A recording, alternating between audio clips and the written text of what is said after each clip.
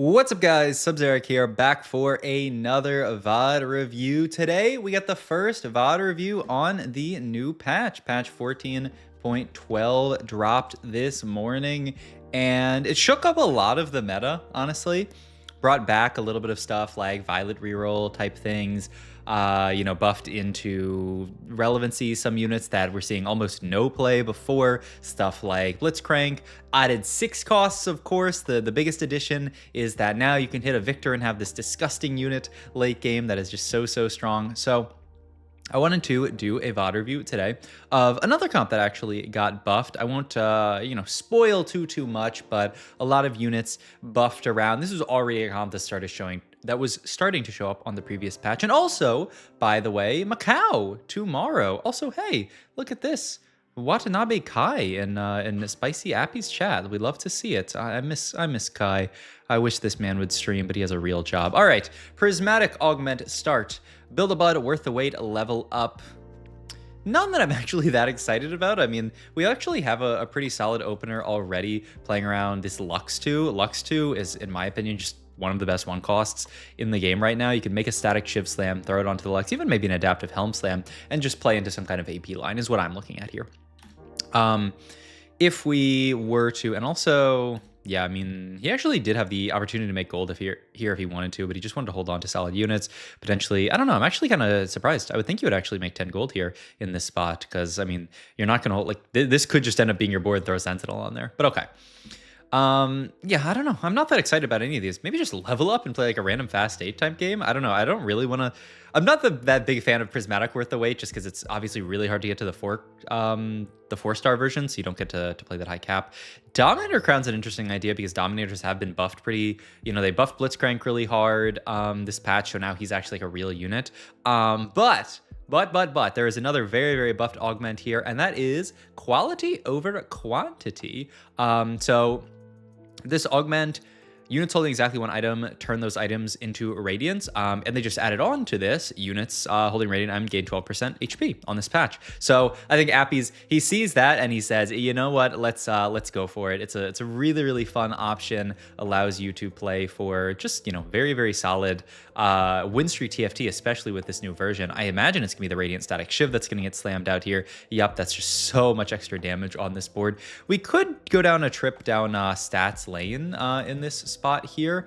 So let's just go. Oh, though I need to sign in to the Better Explorer, but I mean, you can even just go to items here and look at Radiant items and sort by average placement, because yeah, I believe Static Shiv is one of the best ones. I don't think there's anything this set where you have to like filter these out to get like better data. I think this is just straight up what the better Radiant items are. So Static Shiv right up here. And what are the worst ones? Rabadons, JG, interesting. So good to know some of these ideas, but Static Shiv, one of the best ones. We can slam it from here and then look to make Cloak into, I would think, some kind of tank item and feel pretty good about it.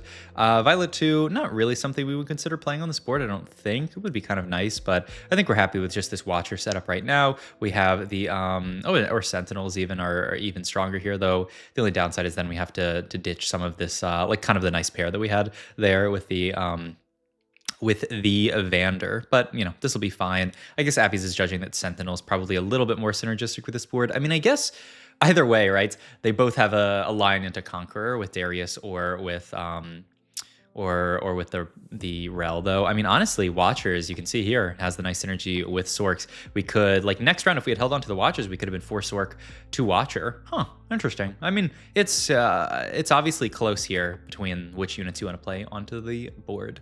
Other, I guess, housekeeping news is that, sorry that this video is coming out so late, but I spent all day setting up a new PC. So I should be able to stream TFT without my TFT lagging at all at long last. For you guys, it's not like I stream any really demanding games, so I don't think it's going to be that, crazy of a difference for you guys. It's just going to be, I don't know, maybe my videos are going to come out a little bit. I mean, not really, because like it's not like I render the videos at all. I just hit record on OBS and hit upload, so probably won't change much for you guys, but it'll be nice to be running on something faster for myself. Radiant Gargoyles here, of course. The Slam just to make a tank item to balance out the front line and back line. And yeah, we are actually going to play the 4 Sork here. And the idea, so we could fit Watcher on this board. It's kind of interesting. Yeah, so we could play for Sork Watcher here. I'm actually surprised that we don't end up just playing the Vander on this board. But I mean, I guess his idea is that this Loris is just such a tank with the Radiant Gargoyles that it's better than actually playing around the Watcher setup. Kind of interesting, but okay. I mean, this is still a very solid setup here. We also are playing the double Anomaly right now just to play strong support, and you can see the power in this augment now. It was already pretty solid as an early game option, but now 12% HP to both of these units. All of that extra HP just scaling up with the fact that we have like a ton of Armor Namar onto this this Loris. Like, I don't know, I can't wait to take this augment. I feel like it's just such a nice win streak option. But now we have to start thinking about, okay, what are we actually going to play from this angle? Because there's actually very specific comps that want this augment. You want comps, oh, and there's an Elise, which seems exciting. You want comps that have multiple units that you're excited about itemizing, right? You don't want units that play for like one main carry. You wouldn't play like a Kog'Maw reroll setup with this because so much of the power of that comp is just concentrated in the Kog'Maw. You really want comps where you are having multiple units that are, you know, relevant, that you would be happy to itemize here. He's thinking about selling the Elise, and he actually does go for it. Wow. But I think this might be already what starts to make Appies think of playing a certain angle here, is he picks up an Mbessa, and all of a sudden, it becomes quite realistic that we might play around the Mbessa unit. We can make item slams onto the Camille that makes sense for other units. The Infinity Edge is going to go onto the Camille for now. And yeah, honestly, from here, Appies is probably already thinking about a 4 Emissary board. So 4 Emissary is a comp that, like, last patch, it was like towards the end of the patch, it was definitely like B tier, like 1 tier, maybe A or B tier, depending on where you organize all your tiers, but certainly like 1 tier below all the other options. Let's look at augment selection, and I'll yap some more here. Roll the dice is kind of funny because it gives you another radiant, but I don't think you actually really want these items these augments that give you radiance. I think you just want combat here. Item augments, I mean, it's a lot of combat power to take an item augment here, you know, something that gives you like a bunch of components. The problem is you might end up with too many items down the line. But yeah, I don't know. I mean, okay, so you do have I'm curious if Appies wants to take this because it is so many radiants, buried treasures. I mean, nerf prismatic pipeline. I mean, yeah, okay, let's go for it because this does allow us to just slam something like a death cap here. We are probably going to end up with a few too many items late game. When you get into like the super late game, when you're playing around this augment, you will just pick one unit to put like 3 items on, and then the other units will get the extra radiance. But okay, going back to this 4 Emissary idea. Like I said, already popping off a lot last patch, and it received pretty solid buffs. Mbessa got buffed pretty hard. Corki got buffed a little bit, who tends to be like a unit that you play as like kind of a secondary carry on this board. Also, Vi got buffed, who ends up once again being another unit who you play as like a secondary carry on the board. It's a board with a lot of carries. Does that ring a bell? That's exactly... I don't know why I'm...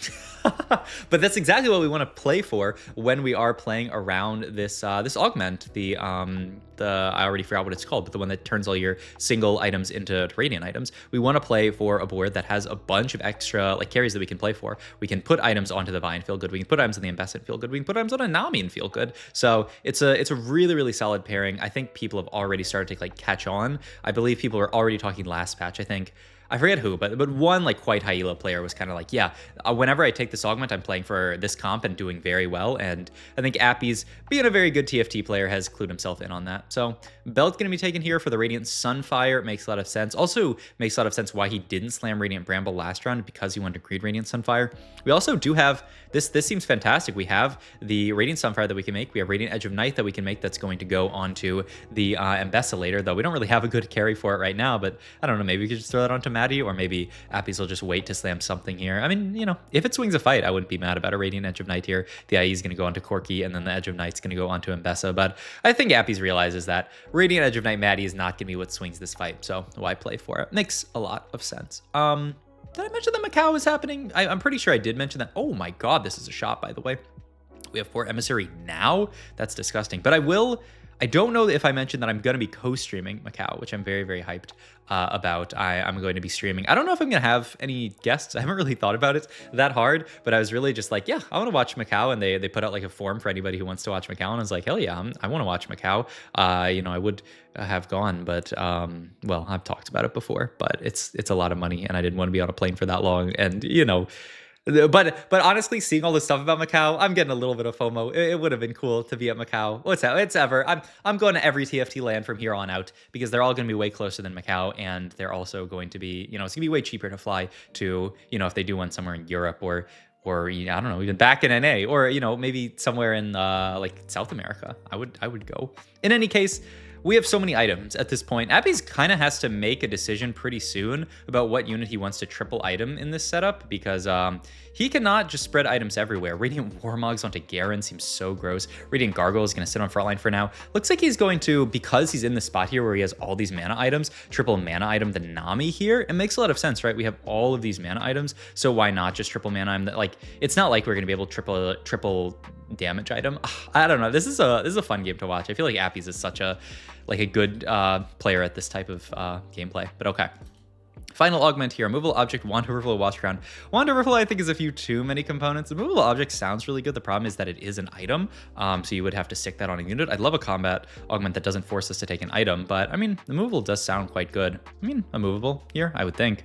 And yep, he does grab it. There's the Vi if we want it. It's interesting, he's gonna play the Corki on this board. I think most people like to use GP to kind of like bridge the gap that a lot of these units play for, but that's not what Appy's is going for here. He's going to Randowins onto the Trist here, which seems solid, but yeah, I think a lot of people tend to fit GP on this board. He's Scrap, which is, not the most important thing when we're playing here, so maybe that's why he doesn't care for it that much, but he's also Pit Fighter for Vi, which is really nice. And I don't know, if you want to fit, I've seen people fit Swain as well, fit like a Swain on this board for Sork, for Form Swapper with the GP. It's even Conqueror as well. Like, that's the version that I've seen a lot, is fitting Swain in on this board as well as GP. But looks like that's not what Appy's wants to play for. Cool to see. I mean, this is at the end of the day just 4 emissary flex for Appy's here. He's just put down the units. Oh, also TF fits really, really nicely on this board as an enforcer and as a quick striker. Also, that's a Vi too, just out of nowhere, which is fantastic for us. And yeah, I love how he's itemized these units. He's spread out his Radiant items, gone the triple AP items onto the Nami, who you don't really think of as being like a primary carry type unit, but she's getting the 4 emissary bonus on herself. She's a Sork here as well, and we have all these AP items, so might as well itemize her. And 7.6k from the Nami. That's actually very impressive. The only question for Appy's now is, are we going to roll deeper here on level 8, because we still have a lot of stuff left to find. This is actually important. Let's go back and look at his scout here, because this is important. He's scouting to see how many of the units that he cares about are out, right? Because this guy is holding onto a Corki this guy's also maybe trying to play for some kind of emissary. He's not holding onto a lot of it. Maybe he's just playing flexibly around that kind of stuff. This guy, Fire Rebel. So it's really just this guy holding onto a Corki here. So yeah, our value of rolling is pretty high in a spot like this. There aren't many Corkis out. Also, item-wise here, I would think it would be, something like this. Though I don't know that you necessarily want to build Titans, but we'll see.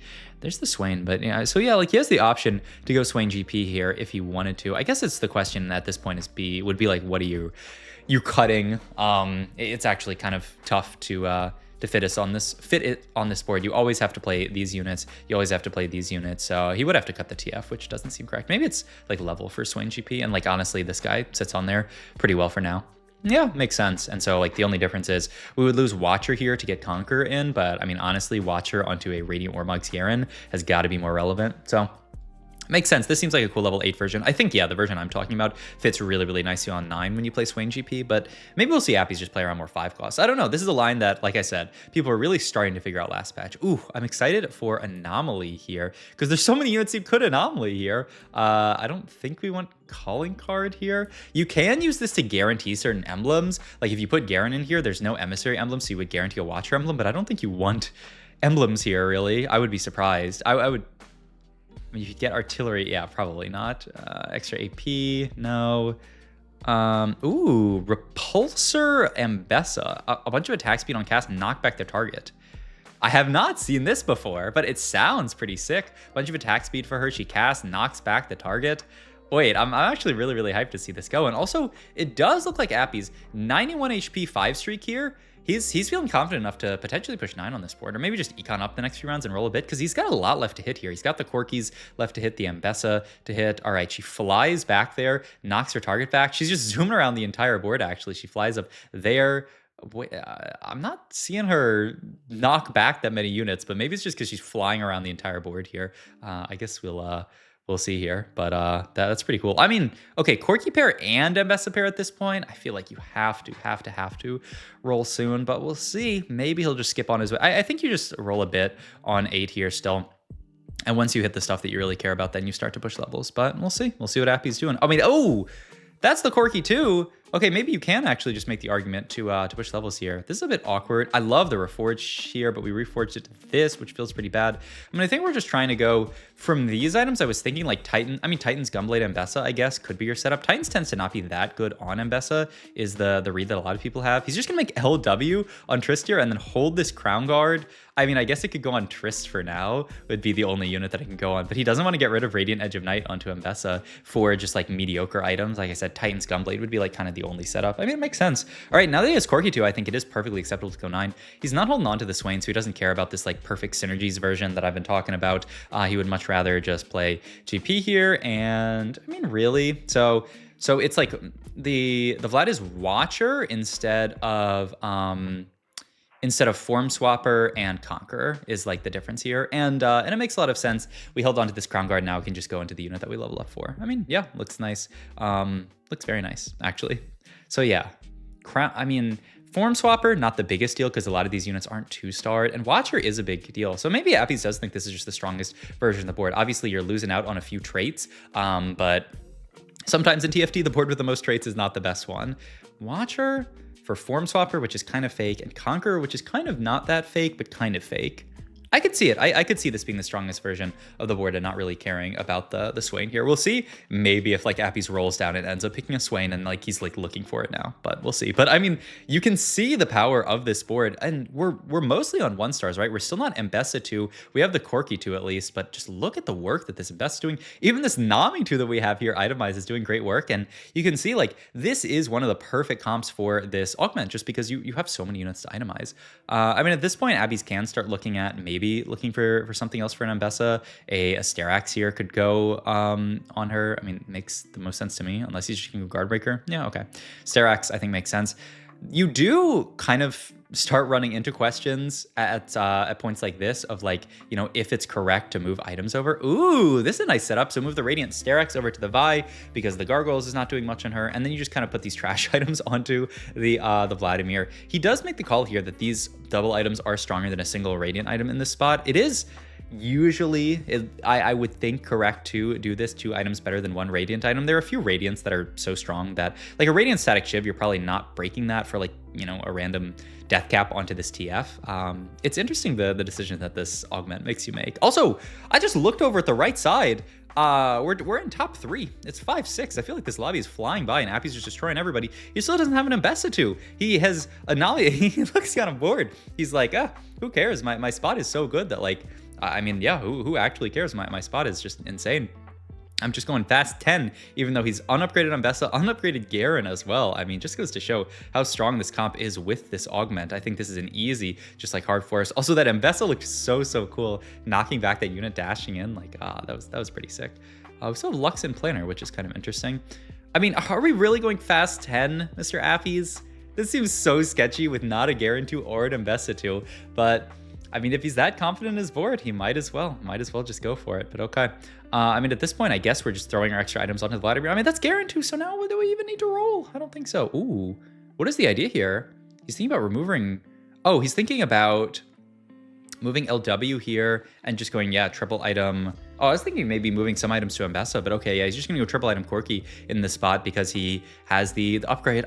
This is such a cool augment. Like, it makes you make these really interesting decisions. Do you want to triple item Embessa? Do you want to triple item Corki? Corki is gonna do better with a lot of these items. The Hodge is good onto Embessa, but the Radiant Edge of Night, I think he just really doesn't want to pass up. Yeah, I mean, it makes sense. And it also does look like a fast 10 from Appies. He knows that, I mean, every unit that he gets in, I mean, this is actually so smart from Appies. It makes sense though. Like, pushing levels in this comp is so much better than pushing levels in other comps. Also, oh my god, that is a Warwick that we could get a Radiant item onto, though I don't know what, I mean, Radiant Sterax is his idea, okay? Because now we can move these Vladimir items over. Like, the value of pushing levels in this comp is actually so high. This makes so much sense that Appy's actually greeting the 10 here, because every time you push level in this comp, you get another Radiant item, essentially. So, it makes sense. Who really cares that much about finding Embessa 2 when we could get another unit in?